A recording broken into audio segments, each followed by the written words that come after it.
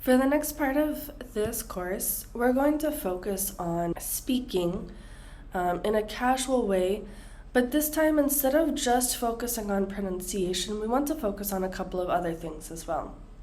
When we speak, it's not important just to have the correct pronunciation and word stress and all that. It's also important that we have the correct speed, that we're not speaking too slowly or too quickly, and that we have the correct intonation whenever we talk as well. If you notice, whenever I talk, I'm not speaking monotone, right? Monotone is when we just talk like this and there's no inflection in our voice.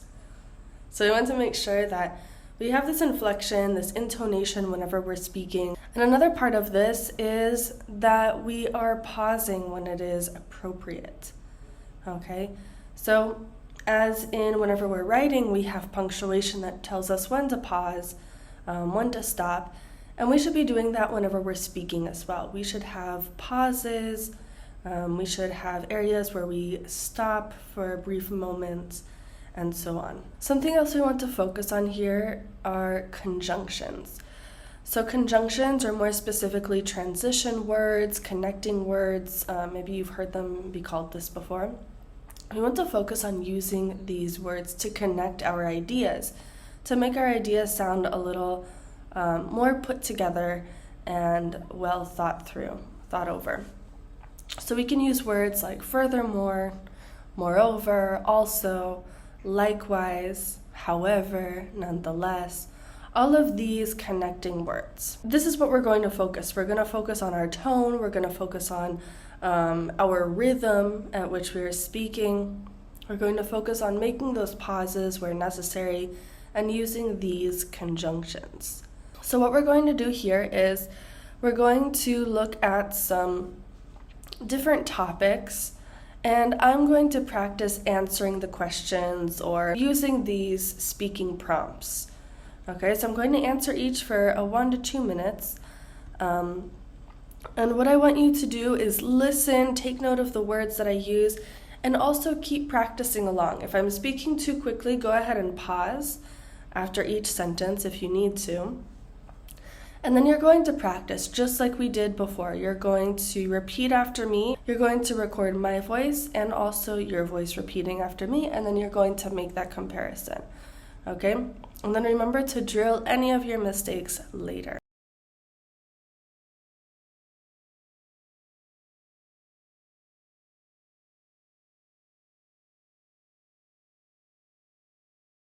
All right, let's begin. So our first conversation prompt or speaking prompt here is describe your favorite season. Describe your favorite season. All right, so remember to practice along with me. Practice repeating my answer. Notice the intonation that I use, the pauses, the different connecting words that I use. Personally, my favorite season is summer.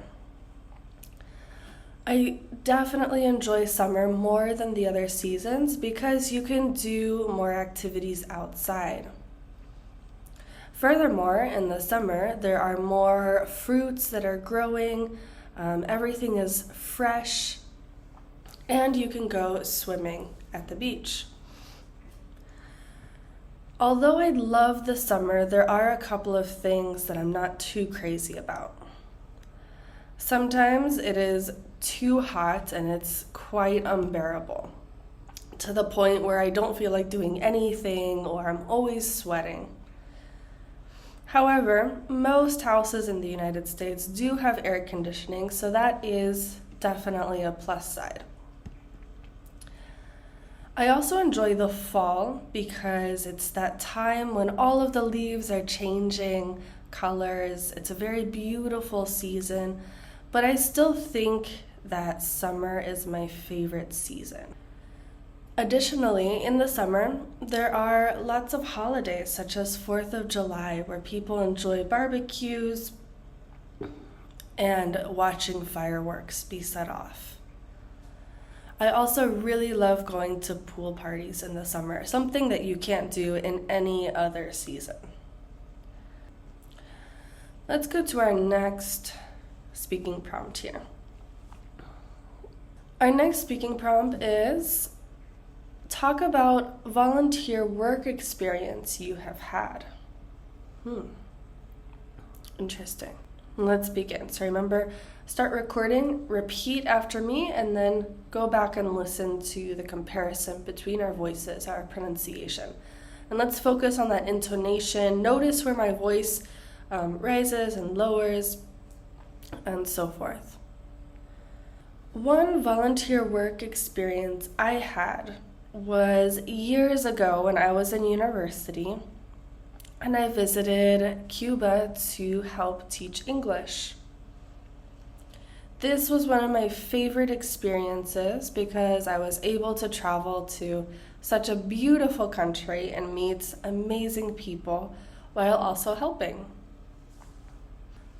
Although we had to travel very far to get to the town where we were volunteering, the trip was definitely worth it. We got to see a lot of the countryside and different towns and cities within the country. Additionally, we got to stay there for about 2 weeks, and after our 2-week trip, I stayed for another couple of weeks to explore the country even more. While we were in the town volunteering, I got to teach English to many people. I taught English to all ages of people, to kids, to adults, to people of intermediate levels, advanced levels. It was a great experience. Moreover, since I also speak Spanish, it was very easy for me to teach the language of English. Whenever I needed to use Spanish to define a word or translate something, I was able to use it. I think this was my favorite volunteer work experience because not only was I able to help and gain some experience, I was also able to make friendships that have lasted years. Our next speaking prompt is talk about the first time you used a foreign language. This is an excellent one. I'm going to talk about the first time that I had to use it. Not in classes. I'm not going to count classes. I clearly remember the first time I had to use a foreign language outside of class. I studied Spanish for many years, and the first time I actually had to use it, there was no option, was when I decided to study in Spain. I remember arriving to Spain and instantly being immersed in the language and having to only speak Spanish. I was living with a woman from Spain who spoke no English at all. It was very intimidating, very scary at first, but over time, everything was fine. Although my Spanish wasn't that great, after a couple of weeks, I could tell that it was starting to improve. However, during my classes in the daytime, most of my classmates were from the United States, so we spoke mostly in English. Despite this, every single day when I would go home and be with my host mom or go out to restaurants or anywhere else, I was always using Spanish.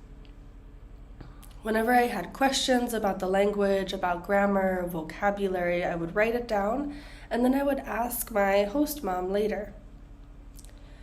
She was always great and patient and helped me with my Spanish. Any questions that I had, she would answer them for me. And she would always explain things really well.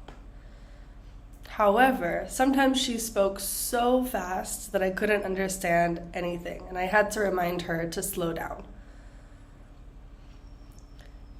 Although this experience was very scary and intimidating at first, to use a different language, to not be able to use your first language, it was an experience that helped my Spanish so much because of spending a few months in a country where I could not speak English for the most part. My Spanish improved dramatically in just a few months. This is one of my favorite experiences. Our next speaking prompt is to describe a time when you were excited.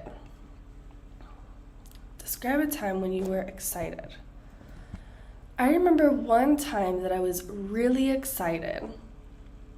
It was when I found out that I got into university. I had applied to many universities, but there was one that I really wanted to go to because they had the perfect program. I remember I got the letter, and I can still remember the excitement whenever I was opening that letter and saw the words, "Congratulations, you have been accepted." This was one of the most exciting moments for me. Although my parents wanted me to go to a 2-year college first instead of a 4-year college, they were just as excited. However, my excitement started to decline after I realized all of the paperwork I had to do and the cost of going to university. I was still excited, but I was also having to think of all of these logistics, how I was going to pay for college, how I was going to get there, how I was going to move all of my things from one side of the state to the other. It was a logistical nightmare. Despite that, I was still incredibly excited to have been accepted to the university and to be able to study something that I was very passionate about. I was also excited to go to this university because of their study abroad programs, which is something that I've always wanted to do. I remember my first couple of months at university, I was so happy. I loved all of my classes, my professors were amazing. There were so many activities and clubs and ways to be a part of campus. Even though it was incredibly expensive and there were some negative aspects, overall, this was one of the most exciting moments of my life. All right, our next speaking prompt here is to describe an unpopular opinion that you have. My unpopular opinion is that scary movies or horror films are boring. I don't like them, and it's not because they're scary. For me, I think they're incredibly boring because they're all the same. Moreover, every single scary movie has to do with ghosts, demons, maybe a serial killer. It's always the same. There are very few horror movies that have a plot twist that actually surprises you, or characters or a storyline that's different than what has already been done previously. However, I do like some scary movies just because they're classics or I grew up with them, so it's not all of them. But most of the new scary movies that come out just seem the same to me. They do scare me, of course. There are some moments where I jump or something, but for the most part, whenever I leave the movie theater or stop watching the movie, I feel very underwhelmed by the movie. This is an unpopular opinion because most people love scary movies, and many of the most recent scary movies people think are amazing. However, I just don't agree with that. I think that in order for a good scary movie, a very quality scary movie, there needs to be something that's actually surprising, something that's different, something that hasn't been done before. So that's my unpopular opinion. Remember to be practicing with me. Don't forget to record my voice and your voice so that you can compare it later. And the most important part, don't forget to drill any mistakes that you have. All right, our next speaking prompt is describe your favorite place for shopping. Well, I don't like to shop too much. Sometimes I like to go shopping, but not too frequently. And actually, my favorite place for shopping is at thrift stores. or at secondhand stores. I always believe that the fashion industry is really bad for the environment, and we waste so many clothes. And clothes are really expensive. If you go to the mall, clothes and shoes are so expensive. So, for this reason, I love going to thrift stores or secondhand stores. Although many people say that secondhand stores, the clothes are dirty or they don't wash them, they have holes in them, they're not good quality, that's definitely not true. However, it does depend on where you go, on what thrift store you go to. There are many thrift stores or secondhand stores that are very particular about what clothes they take. Sometimes they buy clothes from people and then resell them. So these stores are usually more particular, and their clothes are always in good condition, they're newer clothing, and they're from good brands as well. I don't think I've paid more than $10 for a pair of jeans in years.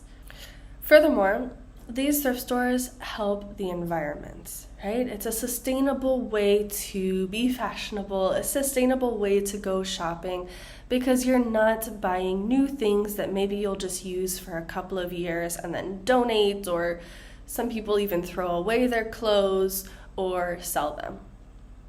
So for me, this is the best option, because anytime I need something, I know that I can go to these thrift stores or secondhand stores, and I can buy more clothes for the same price as if I were to go to the mall and only buy maybe 2 or 3 things. So I'm able to save money while also shopping in a more sustainable way. So for me, these are my absolute favorite stores. However, I will say that sometimes I do go to the mall if it's something that I really need and I just can't find it at a secondhand store. So that is the only instance in which I do have to go to the mall for shopping. Our next speaking prompt is to describe or talk about someone who is good at cooking. Well, I consider myself quite good at cooking, but I'll have to say that I learned how to cook from my mother. My mother is an excellent cook. Ever since I was little, she always cooked pretty much every meal, from breakfast, lunch, to dinner.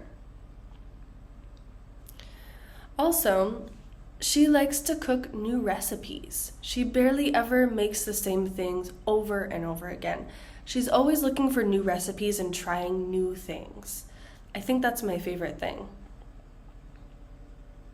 Furthermore, she not only tries new recipes, but recipes from different countries. So she's always making recipes from Latin America, from African nations, from Asian countries, from all over the world. Our kitchen always smells amazing. My mother is also an excellent baker. She loves to bake breads, cookies, cakes, cupcakes. And I really like that she does everything from scratch or homemade. She barely ever uses a can, a jar, a mix, a cookie dough mix. She always does everything homemade, 100% homemade. Moreover, her cooking is very healthy. So since she cooks everything from scratch, she does everything herself, she's able to see which ingredients she's putting into her food and decide if it's a healthy amount, and also look for healthier options. Many times, instead of using white flour, she decides to use whole wheat flour or whole wheat pasta. So she's always looking for ways to improve her cooking and to make it even healthier. Our next speaking prompt is to talk about an aspect of modern society that you dislike. It's a hard one. Something that I personally dislike in modern society is how normal it is to use your phone when you're talking to someone in person. This is something that has happened to me and something that I've seen happen so many times. I'll be having a conversation with somebody and they'll be on their phone at the same time. They say that they're listening and they respond to me, but I can tell that they're more invested in what is on their phone, that they're not listening to me. Although many people say that it's easy to multitask, that you can be looking or reading something on your phone and be listening at the same time, it's very obvious that this is not 100% true. If I ask somebody a question while they're looking at their phone, it takes them quite a bit longer to process the question and to respond to me than if we were just face-to-face having this conversation. Additionally, I think that using your cell phone, relying on your cell phone so much in social situations affects your social emotional intelligence. Furthermore, there are so many studies out there that say that this is bad for you, that multitasking can actually be bad in many ways. You're damaging your attention span and just your communication skills in general. Although I enjoy using my phone as well, and I do use it rather frequently, I think that whenever we're in a social setting with people in person, we need to put the phones away. Especially if we're at a restaurant. I see so many times a family or a group of friends at a restaurant and everybody is on their phone instead of communicating with each other. This is one of my biggest pet peeves and something about modern society that I don't like very much. Our next speaking prompt is to describe a popular place in your country. A very popular place in my country that everybody knows about is New York City. Personally, I've never been to New York City, but I think this is one of the most popular places in my country. People from all over the world want to visit New York City. They want to see Times Square, the Empire State Building, the Statue of Liberty, Central Park, all of these iconic places in the city. Although I've never been there, I definitely want to go sometime in the future. Many people think that New York is amazing and perfect. However, I have a couple of doubts. One of my doubts is about the weather. Personally, I don't like the cold very much, and in New York it seems like it's always rather cold, except for the summer. I've also heard many people talk about how it's not the cleanest city. I know that's common for most large cities, but for me that's something that might not be as appealing. Despite these doubts, I still think that it's a beautiful and magical city that I would love to visit one day. I really like the idea of having a park at like Central Park that's so huge that you can go have a picnic in with friends, you can go running, you can do so many activities. Moreover, I've heard that the food is amazing, that New York has food from all different countries because it's a melting pot. There are people from all over the world, and therefore there are restaurants from all over the world. For me, I think that's the most appealing part, to be able to go to New York and try food from different countries, from different cuisines that I've never been able to try before. It also is appealing to be able to go to Times Square and take pictures, just because that's such a famous and iconic place in New York. I've also heard that outside of the city, in the more rural parts of New York, the landscape is very beautiful. I think New York has a lot to offer, and I think that it is an amazing city with lots of unique people, different food, fashion, the arts, everything that you could want in one place. I think that's why New York is such a popular city and one of the most popular places in my country.